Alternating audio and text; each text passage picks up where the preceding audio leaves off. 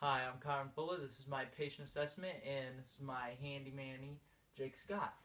Alright, so first you're going to ask some history questions, and first on the long list of history questions is you're going to ask some primary complaint questions. Alright, so first up I'm going to ask him what hurts, where it hurts, how he did it, and then on a scale of 1 to 10 rate the pain. Alright, so next you're going to do some mechanism of injury, or MOI. So I'm going to ask him what the weather conditions were, if he was playing a sport, if he was playing a sport, what kind of shoes he was wearing, did he fall in a hole, is he just stupid, just basic questions like that. Right, so next we're going to do characteristics of symptoms, and for characteristics of symptoms you're going to ask him basic questions like, is it a sharp or dull pain, did it happen over time or was it fast, how long does the pain last, yeah, stuff like that. Alright, so after characteristics of symptoms, you're going to ask some limitation questions. So basically, you're just going to ask them, can they walk upstairs? Can they stand up on their tippy toes and reach to the top shelf, which I know he has to do? Can you crawl? Does it hurt when you walk? Does it hurt when you run? Does it hurt when you jog? Does it hurt when you sit down? Does it hurt when you kick somebody in the balls? Just basic questions. Go. Alright, so after you ask some limitation questions, we're going to move on to past history. And basically all you're going to really want to know is if they've sprained anything or broken anything in that area of the ankle. And then you're going to want to know like if they have any like chronic pains or like things in their family that could possibly affect that area. Just basic past history questions. Alright, so after you ask all your history questions and you know your patient, you're going to start your observation. So first you're going to have your patient standing, and you're going to look at the interior view, the front of the body, and you're going to look for toe alignment, and then you want to look for the position of the foot to make sure it's not in the wrong spot. Alright, next you're going to go to the medial view, which is going to be the inside of the leg, which you can't see. And you're basically just going to look for high arches or flat feet just to make sure that nothing's wrong there. Alright, and then you're going to go to the lateral view, and you're going to inspect for swelling right along the edge of the foot there. And then after you get done with the lateral view, you're going to go to posterior, and basically you're just going to check that the Achilles is in the right spot. It's not too wide or too skinny, nothing's messed up with that one. And then you're going to have them stand on their tippy toes and just make sure everything is the same strength, all the muscles are working fine. You're going to ask them if they feel any pain at all while they're in this position, and then you're going to have them come down, and then you're going to ask them to walk straight, and then turn around and walk back to you. And as you're doing that, you're just going to be watching foot alignment, legs, muscles, tendons, and just making sure everything is exactly where it needs to be and doing what it's supposed to do. Go. Alright, so after you do your standing observation, you're going to have them lay down supine on their back. And basically, you're going to look at their foot. You're going to watch for toe alignment. You're going to make sure that they don't have any ingrown toenails or claw toe or hammer toes or anything like that. And you're going to ask them to spread their toes. Spread your toes. He can't spread his toes.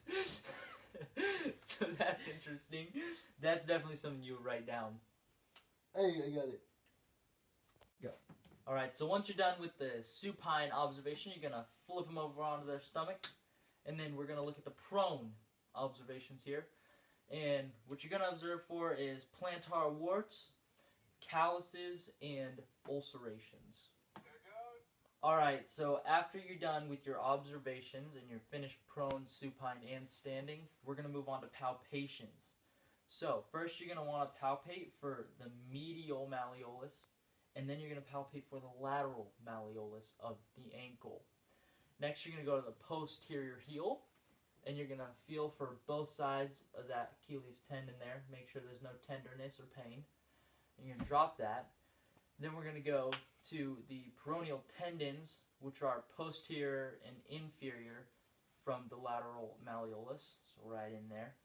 And then we're going to move on to the anterior ankle. We're going to be looking at the talofibular ligament, the calcaneofibular ligaments. And then you're going to feel those for tenderness. Alright, and then after that we're going to move on to the plantar fascia. And you're going to feel that. Muscles. And you're going to feel that for some tenderness. Go. Alright, so after you finish all your palpations, you're going to move on to ROM, or range of motion. And we're going to start off with dorsiflexion. So what you're going to do here is you're going to take your goniometer, you're going to place the center right there on that lateral malleolus, and then you're going to have him dorsiflex for you. Dorsiflex, please. Alright, then you're going to measure that length, distance, and it should be between 15 degrees and 20 degrees. Then you're going to have them plantar flex. So that's going to go down like so. You're just going to move that the opposite direction. It's not that hard. And that needs to be between 40 degrees and 50 degrees. Your knee is in the way of that. 40 degrees and 50 degrees. Alright, then we're going to move on to inversion, which we are going to measure this way. And I'm going to ask him to invert his foot. I'm going to measure that, and that needs to be between 25 and 30 degrees. And then I'm going to have him evert. Alright, there you go. And that's going to be between 20 degrees and 25 degrees. Alright, so next you're going to move on to your muscle testing. And first we're going to do the posterior tibialis. So we're going to have him plantar flex his foot, and then we're going to have him invert. But as he's inverting, we're going to apply pressure right here, and we're just going to try to challenge him to make sure that his muscles are working just fine and everything's all cooperating the way it should. Next, we're going to move on to the anterior tibialis, and on that one, we're going to have him again plantar flex his foot, but this time he is going to invert and dorsiflex, and I'm going to resist that as he tries. And that's just once again to make sure all the muscles are working together and doing exactly what they need to do.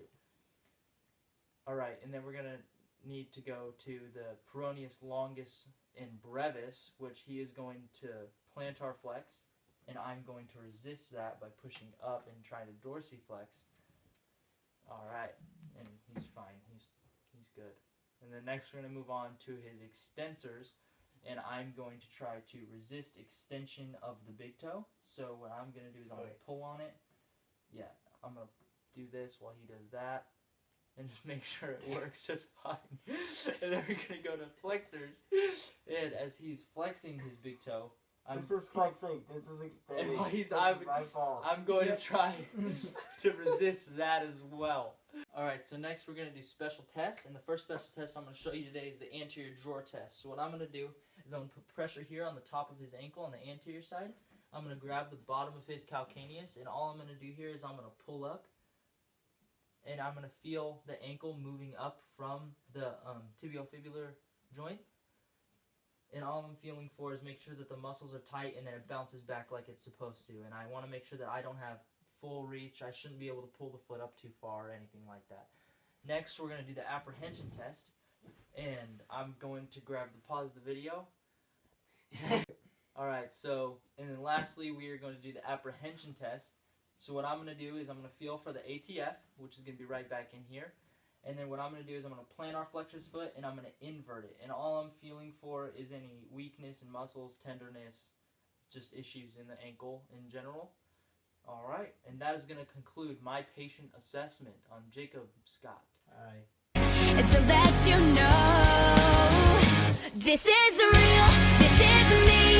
I'm exactly where I'm supposed to be now. Gonna let